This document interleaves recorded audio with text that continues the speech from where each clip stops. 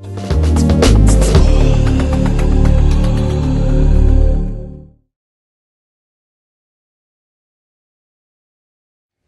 noches, gracias al Instituto Cervantes y a la Embajada de Perú. Es muy emocionante venir por ambas instituciones, porque en realidad allá uno es peruano o español o chileno, pero en este lado del mundo todos somos en realidad la misma cosa. Y de hecho, en los días que llevo en India he descubierto que nosotros nos parecemos en toda la región hispana mucho más entre nosotros que los indios entre ellos, que tienen mucha más religión y mucha más raza, mucho más idioma. Así que si ellos son un país, nosotros podemos actuar como tal en cosas como esta, y me alegra formar parte de una de ellas. Y de hecho el libro del que les voy a hablar es una historia que también tiene que ver con el mundo hispano y con cómo se formó este mundo. Yo me llamo Santiago Roncayolo y soy un sicario de los libros. Me busca gente de distintos países y distintos lugares para que cuente sus historias. Me llaman, sobre todo por razones no siempre ajenas a mi voluntad. Me he ido convirtiendo en el tipo que se mete en líos cuando cuenta historias. Entonces, si tiene una historia que los va a meter en líos, soy su hombre. Y esto es lo que pasó. En este caso yo les voy a contar el último lío en que me metí, que es una historia para mí fascinante y que además tenemos la suerte de tener aquí con fotos en una pantalla muy grande, que creo que va a ser más bonito.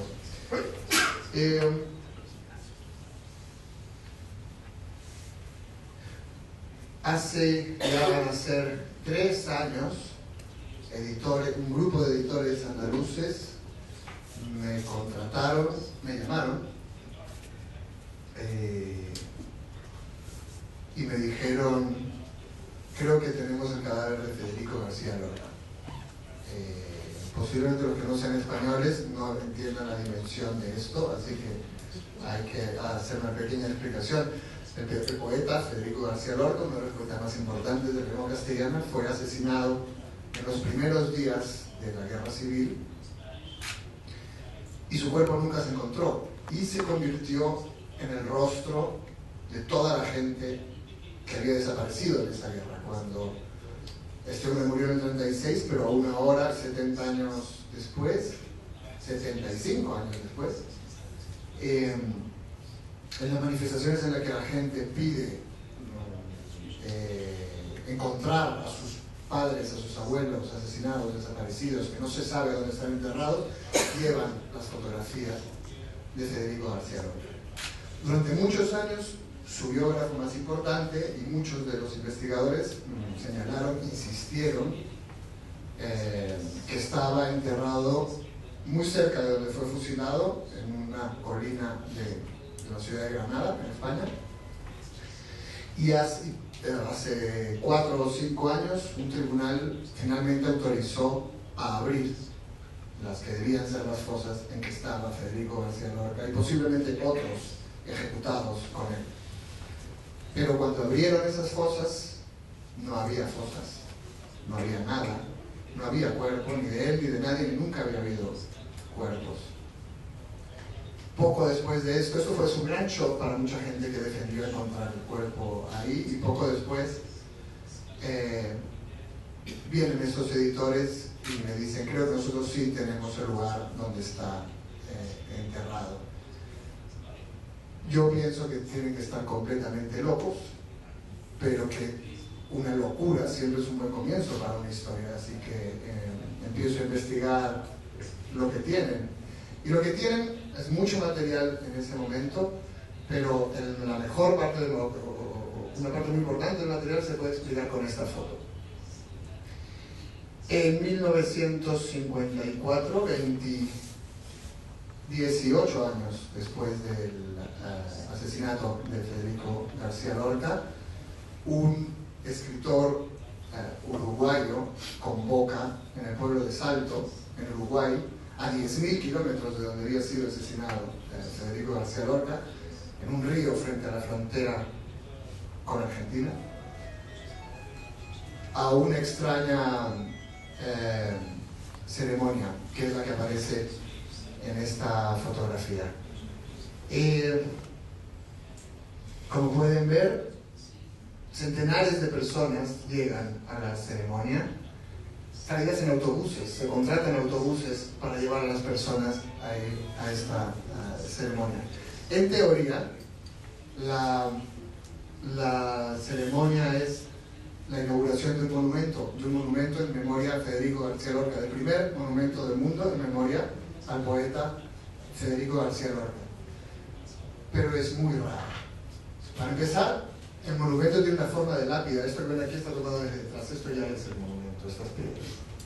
Tiene forma de lápida y delante tiene las frases de un poema del poeta Antonio Machado, que pide una tumba para Federico García Lorca. Labrad, hermanos, de piedra y sombra en la Alhambra, un túmulo para el poeta sobre una fuente de agua que emana y corre.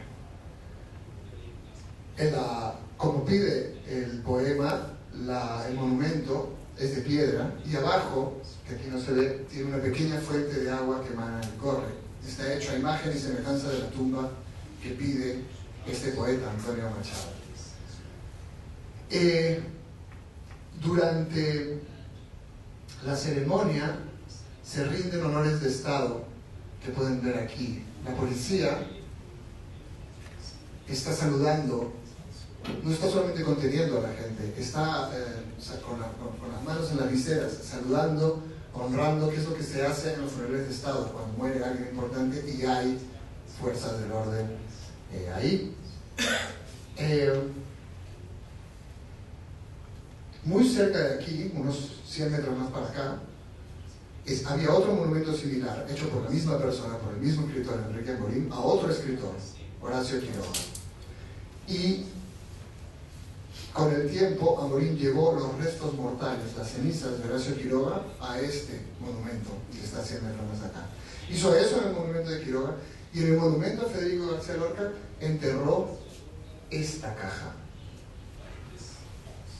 Medimos la caja con documentalistas, mide unos 40 por 50 por 60 centímetros, que es exactamente lo que miden los osarios, las cajas en las que se guardan los huesos en el cementerio de Granada, cuando el cuerpo ya ha perdido consistencia, lo cual ocurre entre 5 y 10 años después de la muerte.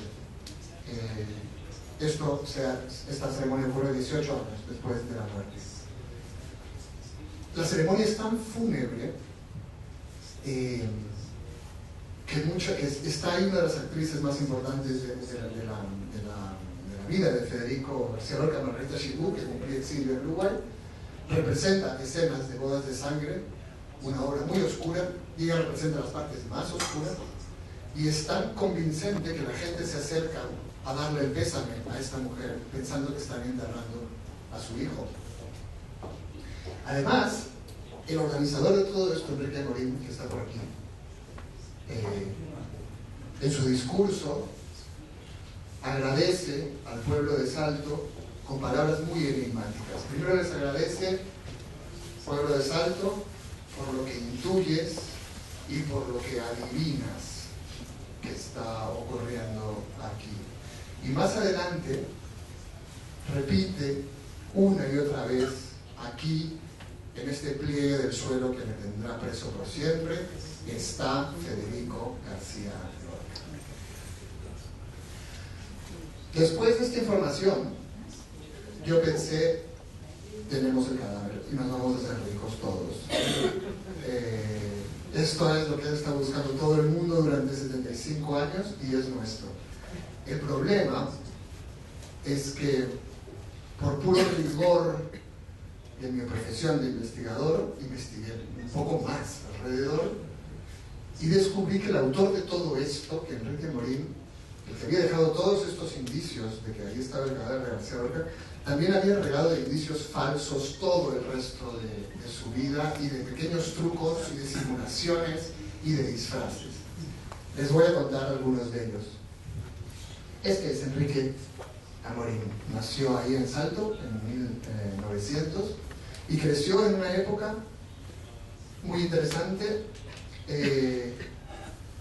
porque creció en la época en la que empiezan a nacer en castellano la industria de los libros y las industrias de los periódicos, las industrias de los medios de comunicación, que no nacen en España con fuerza. El verdadero centro cultural en ese momento es Argentina. Los europeos emigraban a Argentina, no al revés, como ocurrió.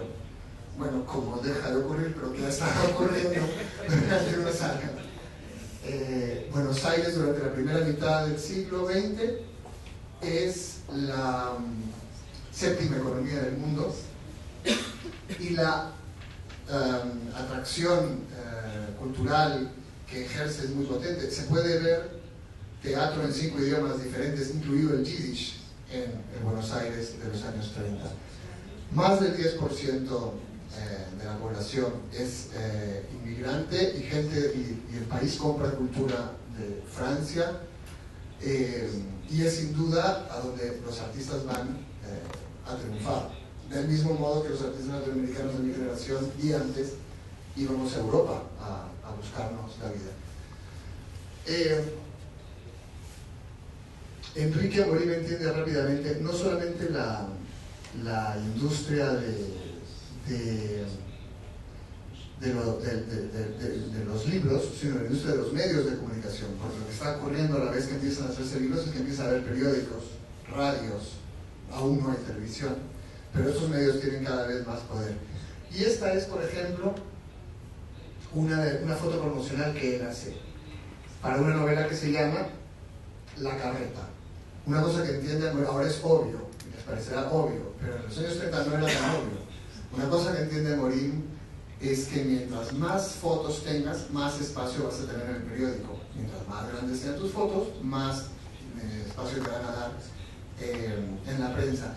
Y si tu novela se llama La Carreta, lo mejor que puedes hacer es poner una carreta, porque entonces la gente asociará tu imagen al título de tu libro. Pero Amorim hace mucho más que eso. Amorim empieza a jugar con los medios, a jugar con lo que ahora hace de manera normal un jefe de marketing, digamos, pero empieza a jugar con la realidad y con la ficción, y esta novela es un ejemplo. En su primer libro de cuentos, por ejemplo, Amorim inventó a unos personajes, unas prostitutas itinerantes que se llamaban las quitanderas. Según él, las quitanderas eran unos personajes verdaderos de la pampa uruguaya, prostitutas que circulaban en una carreta ofreciendo sus servicios a los gauchos y a los de qué pasar. Publica este cuento, Las Quitanderas, y lo presenta como una obra de realismo social, como una verdadera crónica de la realidad social del Uruguay. Meses después, cuando el libro está en el mercado, un lingüista, un filólogo publica un artículo diciendo: esa cosa de las quitanderas no existe, nunca ha habido tal cosa en la pampa argentina, no hay quitanderas, y además esa palabra ni siquiera se ha usado jamás. Enrique Amorim responde en el periódico que sí que existe, que son reales, que él las ha visto, pero en realidad luego se da cuenta de que da igual quien gane esta discusión, solo la polémica hace que todo el mundo empiece a hablar de las quitanderas. La palabra se vuelve muy popular, y Enrique Amorim publica el cuento solo con el artículo del lingüista y su respuesta, que se vende muy bien, y luego publica otro libro de cuentos donde vuelve a poner este cuento, que se vende bastante bien, y luego hace una versión larga que es La Carreta. Esta es la carreta donde iban las prostitutas itinerantes, y se vende muy bien. Incluso se traduce al francés. En Francia, antes de que se traduzca, un pintor hace una colección de pinturas sobre las quitanderas, un pintor francés, un pintor uruguayo, Figari, hace unas pinturas inspiradas en estas quitanderas. Y un escritor francés, de Fagalol, decide escribir una novela basado en estas mujeres que ha visto, en estas prostitutas tan románticas del mundo gaucho, escribe una novela llamada La Quitandera. ¿De verdad? Publica esta novela y va por Francia diciendo que son reales, que estas mujeres de verdad son el espíritu de la pampa argentina y que eso es así. Amorim se desplaza hasta París y si antes había discutido que sí que eran reales y que eran una expresión de lo que había, ahora llega, parece decir que de ninguna manera, que él se las inventó, que las quitanderas son una invención suya y que jamás han existido en la realidad. Polémica, traducción, libro muy vendido. Todas estas cosas que él está descubriendo, él está haciendo como un juego, se están empezando a convertir en las leyes del mercado, de la industria editorial, pero él las está descubriendo conforme se hacen. Es a esta Argentina, en este mundo en el que están haciendo los libros, en este mundo en el que están haciendo los periódicos, a donde llega Federico García Lorca, a quien tienen aquí junto a Amorim, en una foto de 1934. Realmente Federico García Lorca se convierte en una estrella en Argentina. Es importante en España, sí, pero es un poeta, es algo que nunca gana mucho dinero, de hecho vive de sus padres frecuentemente, y aunque es un dramaturgo y poeta respetado, no hay mercado suficiente, ni hay un público especialmente sofisticado en España, como sí lo hay en esta Buenos Aires cosmopolita. Así que cuando él llega en el año 33 a Buenos Aires, ya es su obra, ya Bodas de Sangre es un gran éxito de taquilla, ya ha vendido muchísimo en Buenos Aires, él ya es un tipo importante, pero además Federico García Lorca se convierte en la primera estrella mediática, lo que ahora se llama estrella mediática de la literatura en castellano. Federico García Lorca no solamente escribe, sino que hace conferencias, canta en las conferencias, toca el piano, hace dibujos, los reparte, es muy simpático, es muy divertido, es el sueño de un periodista. La prensa empieza a seguirlo, lo llevan a la radio, le toman fotos y se convierte rápidamente en un personaje muy popular, está todo el tiempo en los periódicos, comparte fiestas con el glamour literario argentino de los años 30, entre ellos Pablo Neruda, que está ahí, aunque sea chileno, en ese momento es embajador, o diplomático, a lo mejor me equivoco, no es embajador, pero es diplomático en Buenos Aires. Está Borges, está Alfonsín Storni, están muchos de los nombres que van a crear la literatura del siglo XX, están en Buenos Aires de los años 30 y acogen a este nuevo autor con emoción y con mucho cariño y con un gran éxito. Federico García Lorca tiene un gran éxito con Bodas de Sangre, luego tiene otro gran éxito con otra obra de teatro, Mariana Pineda, y luego tratan de montar una obra de teatro más y fracasan. La directora del teatro le dice: necesitamos otra obra rápido, necesitamos un nuevo texto para montarlo en el teatro. Y él le dice: tengo un acto de una obra que se llama Yerma, pero tengo que terminarla. La cuestión es que es imposible que escriba con la vida social que lleva. Federico García Lorca tiene esta vida frenética, fiestas en todas partes, nadie lo deja en paz, todo el tiempo lo están invitando, él se deja invitar. Así que la productora del teatro se lo lleva a Uruguay, pensando que ahí podrá tener más tranquilidad. Uruguay está al otro lado del río, en barco son 3 horas más o menos, es otro país, pero está muy cerca y es más tranquilo que Buenos Aires. Casi todo en realidad es más tranquilo que Buenos Aires en la vida. Y ahí se lo lleva a que escriba, pero ahí es donde él cae en manos de Enrique Amorim. Amorim tiene mucho dinero y es un hombre muy glamuroso. Se lleva a García Lorca a llevar al carnaval, se lo lleva a la playa, se lo lleva a las fiestas en las legaciones diplomáticas de España y de otros países, lo lleva por toda la alta sociedad y le arruina el plan a la productora teatral que esperaba que Federico García Lorca escribiese una obra que Federico García Lorca nunca escribe. Hace algo más, toma la única sesión de fotos, aquí están una vez más los dos juntos, toma la sesión de fotos más importante que se conserva de ese viaje. Seguramente los que conozcan a García Lorca deben haberlo visto ya, otras fotos con esta camiseta a rayas. El que sale aquí aquí está otra vez con la camiseta, y este es el hermano de Amorín con otra camiseta a rayas. Amorín le compró a todos camisetas a rayas, porque sabía que después todo el mundo distinguiría esas fotos como las fotos que él tomó. Él fue el que documentó todo el viaje de Federico García Lorca. Se enamoró de Federico García Lorca, era casado, pero esto era bastante irrelevante, y su relación, las cartas que se mantienen de ellos dan fe de una relación muy íntima y muy cómplice, y él se quedó fascinado para siempre con Federico García Lorca. Aquí es donde empiezan aquí es donde termina lo que podemos demostrar de manera fehaciente, y donde empiezan las complicaciones con la versión de la historia de Enrique Amorín. En uno de sus textos, por ejemplo, que deja sobre Federico García Lorca, Amorín dice que a Federico García Lorca lo mataron por su culpa, por culpa de Amorín, que una vez, la siguiente vez que se vieron en Madrid, iban por la calle cuando estaba a punto de estallar la guerra civil, y Amorín emplazó a García Lorca a tomar posición en la guerra que se venía, a decir de qué lado estaba. García Lorca le dijo que por supuesto que estaba con la República, con Azaña, presidente de la República en ese momento.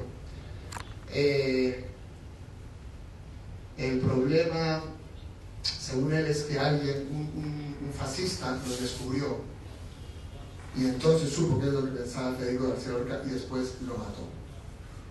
El problema, cuando uno investiga, es que la verdad es que no hacía falta sorprender ninguna discusión de nada para saber de qué lado estaba García Lorca, cuyas posiciones eran públicas, y entre otras cosas firmaba manifiestos a favor de la Unión Soviética. O sea que si querías realmente sorprender algo, no era con Amorín. Pero esa es la cuestión, lo que empieza a ser fascinante Amorín. Hace un rato hablé de cómo las cosas que deja empiezan a jugar con la realidad y la ficción, y siempre es difícil saber si él lo cree o no lo cree realmente, pero estas ficciones empiezan a colarse en su versión de la historia y empiezan a colarse en su vida. Y no es Federico García Lorca el último con quien las pone en práctica. Aquí lo vemos con Pablo Neruda, que sería poeta chileno, que sería Nobel de Literatura en el año 71, y la mujer de Neruda, este es Amorín. Con Neruda, Amorín desplegó otra de sus estrategias, y una de las más fascinantes. En algún momento, en el año 48, después de la Guerra Mundial, cuando Estados Unidos se da cuenta de que los fascismos ya no son un enemigo, el enemigo es el comunismo, y por lo tanto presiona a los gobiernos latinoamericanos para ilegalizar a los partidos comunistas. Neruda era comunista, era senador de hecho por el Partido Comunista, y es perseguido. Durante una larga persecución de un año, todas las autoridades chilenas están detrás de Pablo Neruda, mientras él atraviesa los Andes, entra a Argentina y trata de escapar. En algún momento de ese año, una agencia de noticias uruguaya publica la noticia de que Pablo Neruda, el hombre más importante del Partido Comunista, el rostro del Partido Comunista, el perseguido principal de América Latina en ese momento, está en la casa de Enrique Amorín, escondido. La noticia es una bomba, revienta en Buenos Aires, se empieza a extender como un reguero de pólvora. La policía, llegan refuerzos policiales a Salto desde Montevideo para buscar a Pablo Neruda. Por cierto, se agotan los libros de Pablo Neruda porque es donde está su foto. La única manera en que la policía podía reconocerlo era comprar los libros y ir por ahí con el libro para ver si lo encontraba. No lo encuentran. no hay Pablo Neruda, no hay gran reunión de comunistas, no hay nada en la casa del escritor Enrique Amorim, nadie puede demostrar nada. Cuando se está apagando el revuelo, Enrique Amorim en persona firma de su puño y letra un artículo que titula "Pablo Neruda está en mi casa". Y cuando lees el cuerpo del artículo, ves que lo que está diciendo es: Pablo Neruda está en mi casa y en mi corazón, como en todos sus compañeros. Échale menos su palabra, Pablo, poeta, hermano. Todo es muy metafórico.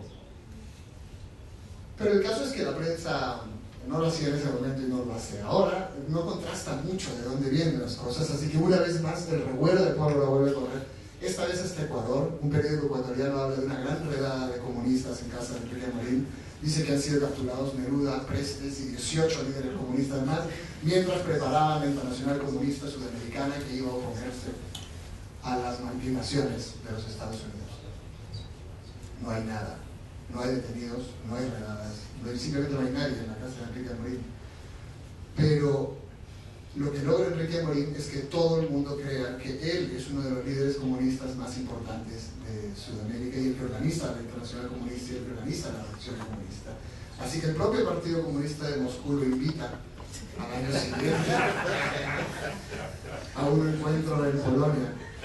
Cuando lees las memorias de Neruda, descubres que Neruda no solamente no estuvo en la casa de Amorim, es que no estuvo en el Uruguay durante toda esa vida. Subió hasta Buenos Aires, tomó un avión y se fue a París. Pero en la marabunta informativa los detalles se escapan. Y en Polonia, Enrique Amorim trabó relación con otro de los grandes artistas que lo fascinaban y con que tendría otra de sus nuevas historias, que es Pablo Picasso, a quien tienen aquí. Entre los papeles de Enrique Amorim figura una crónica fascinante de su encuentro con Pablo Picasso y Charles Chaplin en París en el año 52. En ese momento la reunión tenía que ser secreta. Chaplin estaba huyendo de los Estados Unidos por comunista. Más bien, no lo dejaban regresar a los Estados Unidos por considerarlo comunista. Y lo último que podía hacer, según consejo de su abogado, es reunirse con uno de los comunistas más famosos del planeta, que era Pablo Picasso. Pero se admiran mutuamente, si quieren ver. Así que se reúnen en secreto en el hotel de Pablo Picasso. En el hotel en el que está alojado Chaplin, en el París donde vive Pablo Picasso. La crónica que escribe Enrique Amorim dice que él está en esta reunión, que él comparte con ellos toda la noche, y su crónica es rica en detalles, que es lo que demuestra cuando alguien dice la verdad o no. Dice que el principio de la conversación es frío, porque no hablan el mismo idioma, Chaplin y Picasso, pero que de repente Picasso empieza a hacer acrobacias y humor físico, y Chaplin empieza a seguirlo, y todos se animan. Y terminan en el estudio de Picasso, que es un sitio lleno de cuadros, que parece un establo de mugriento y de desordenado, pero que está lleno de cuadros de Renoir, de Cézanne y de todos los grandes pintores de la historia. Bueno, en sus memorias, las memorias de Charles Chaplin, publicadas después de la muerte, mucho después de la muerte de Amorim, hablan de ese encuentro y confirman detalle por detalle lo que cuenta Amorim. Hablan de ese primer encuentro frío, que era difícil de conversar. Luego hablan de que en efecto las cosas se animan cuando Picasso se pone a hacer payasadas, y cómo terminan en el estudio, que en efecto describe como un sitio muy desordenado con grandes obras maestras. Pero aparte de Picasso, la persona que dice Chaplin que está en esa reunión es Jean-Paul Sartre. Y la descripción que hace de Jean-Paul Sartre es muy curiosa, porque dice que es un hombre sin ningún rasgo en particular, pero con una cara redonda y una belleza suave. No sé si alguno de ustedes ha visto una vez a Jean-Paul Sartre, pero para empezar era visco y esmoleño y tenía un grande y era ganchudo. La descripción que da Chaplin es la de este hombre. Y otra cosa interesante que señala es que Jean-Paul Sartre es un hombre muy silencioso, muy callado, del que apenas se sabe lo que se piensa. Chaplin cree que porque está pensando todo el tiempo en cosas muy profundas, pero es más probable que sea porque Amorim no hablaba francés, ni inglés, ni ninguno de los idiomas que se estaban hablando en ese sitio. Estas son las historias, y muchas más, las historias que cuento en el libro. No se las contaré todas, ¿no?, para que lean el libro. Pero son las historias de un camaleón, de un hombre que se iba transformando y que iba cambiando de identidad, de un personaje fascinante, que iba convirtiéndose en lo que hacía falta porque amaba a los artistas, porque quería estar cerca de los artistas, porque quería compartir su vida con los artistas y los secretos con ellos, como hizo. Pero debo señalar solo a uno más que es importante, porque es diferente su historia con él. Veo que muchos de ustedes están bastante familiarizados con la cultura hispana, o sea que no tengo que darles muchos detalles, pero deben saber que este señor, este gauchito que está aquí con el traje de gaucho argentino, con su pistola al cinto, su bota y su sombrero, es Jorge Luis Borges. Ya, yo pensé lo mismo. Borges era un hombre con una lengua venenosa, pero muy lúcido. Y en un libro que publicó otro escritor, Bioy Casares, con todos los chismes que se contaban entre ellos sobre los escritores, cuenta muchísimos comentarios, entre ellos sobre Enrique Amorim. Y dice algo muy cruel, pero muy certero, como casi todo lo que dice. Dice, Enrique Amorim es muy simpático, le cae muy bien a todo el mundo, pero sus amiguitos, como García Lorca y Pablo Neruda, se van a olvidar de él. Nunca van a acordarse de él. Y en efecto, entre las historias, incluso en la biografía de Neruda y de García Lorca, Amorim jamás aparece. Nadie lo menciona, apenas está. En sus archivos la información al respecto ha sido desaparecida. Incluso las fotos que él sí tomó y que están en fundaciones frecuentemente aparecen sin autor. Y la historia de estos lo ha ido borrando. Pero Jorge Luis Borges sí le dedica un cuento. De hecho, uno de sus mejores cuentos, El hombre de la esquina rosada, está dedicado a Enrique Amorim. Lo pone con su nombre como personaje de otro cuento, Loben Orbis Tertius, que también es un cuento muy famoso. Prologa el libro de Amorim para la edición alemana. Y más o menos lo apoya a lo largo de su carrera, hasta que pelean por razones políticas. Los dos odian a Perón, pero Borges también odia a los comunistas y Amorim es comunista, así que su relación se enfría hacia el final de su vida. Y sin embargo quedan estas imágenes. Amorim además nunca le dio importancia, porque para él era el primo Giorgi, el primo de su mujer. Y Borges no se volvió importante hasta el año 61, cuando gana el premio Fomentor y empiezan a sucederse los premios y la fama internacional. Pero es que Amorim muere el año 60, un año antes de que Borges fuese famoso. O sea que muere sin saber que el gran escritor que va a prolongar su memoria en realidad es Borges, el primo Giorgi, de quien lo único que dice en sus memorias es que no recibe a los embajadores de Europa del Este, algo que me parece muy terrible. Por suerte quedan las fotos entre ellos. Este es Borges. Quedan las fotos de cuando pasaban los veranos juntos en la casa de Salto, junto al río, bañándose en el río. Y queda la obra de Borges en el fondo. Los que conocen más o menos la obra de Borges saben que se hizo muy importante, entre otras cosas, pero de una manera muy importante, escribiendo las historias de gauchos, escribiendo las historias de la identidad argentina, del gaucho, del campo, las historias casi de Far West que ocurrían en el territorio del Río de la Plata. El que le enseñó ese mundo, los que hayan visto alguna vez a Borges habrán notado que no es precisamente un cowboy. Es un hombre de ciudad, es un hombre que siempre creció en la ciudad, además que creció en Suiza, y el que le presenta este mundo es Enrique Amorim.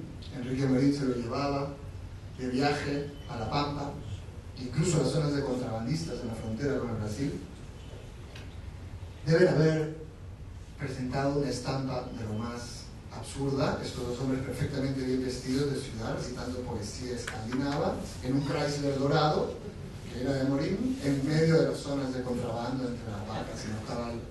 Pero es ahí donde Borges, por ejemplo, presenció un asesinato, que volvería a su narrativa muchas veces. Es ahí donde él descubrió todo este universo del que sacaría sus historias. Y es con Amorim con quien andaba. Una vez fueron al fútbol a ver un partido entre Uruguay y Argentina, y se fueron después del primer tiempo porque no sabían que había un segundo tiempo.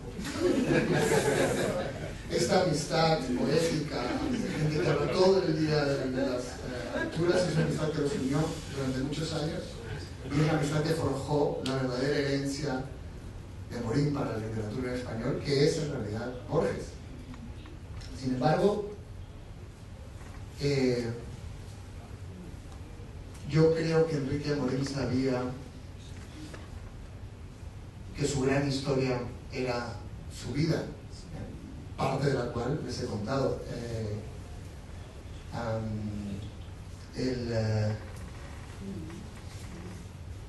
La gran historia de la vida de Enrique Amorim era precisamente haber compartido momentos y secretos con los grandes artistas del siglo XX, pero no podía contarlos, no podía hablar de la homosexualidad de Federico García Lorca. En ese momento, los propios defensores de Federico García Lorca negaban la homosexualidad porque les parecía insultante y humillante. Recién en los últimos años se ha convertido en una parte de su identidad que es evidente y que es importante y que es respetable. Tenía que hablar de los trapicheos internos del Partido Comunista, que era algo que tampoco podía hacer porque él mismo era comunista. Tenía que hablar de cómo se cuela en la reunión entre Chaplin y Picasso y de muchas otras cosas de las que no podía hablar. Así que su historia quedó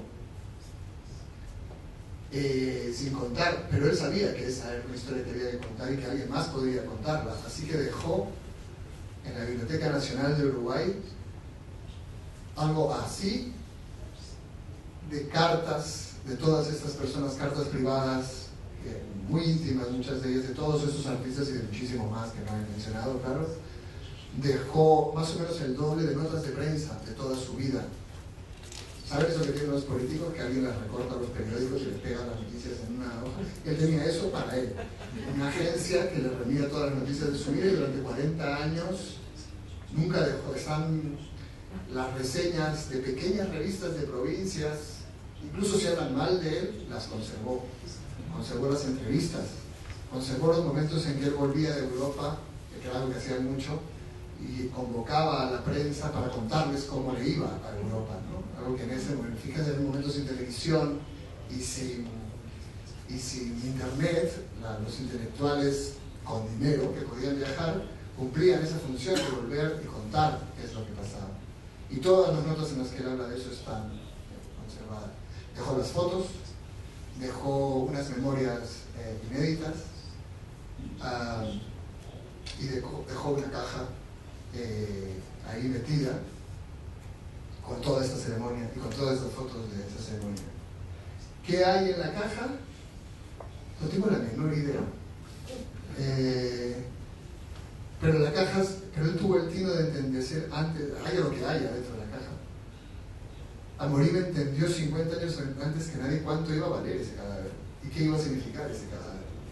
Es muy posible que dentro de esa caja haya una foto fotografiada, pero nada. Es muy posible que sea la última burla a un medio que nunca lo tomó en serio. Los intelectuales, los políticos, precisamente por esta cualidad camaleónica que tenían, nunca lo tomaban muy en serio, y es posible que esta fuese su última burla contra ellos. Pero lo que sí tengo claro que sabía es que esto llevaría a alguien algún día a contratar a un escritor para rascarme esos archivos, para buscarme esas historias, para buscar su historia y para contarla. Yo he tenido la suerte de ser este escritor, y esta es la historia que les he contado esta noche. Muchas gracias.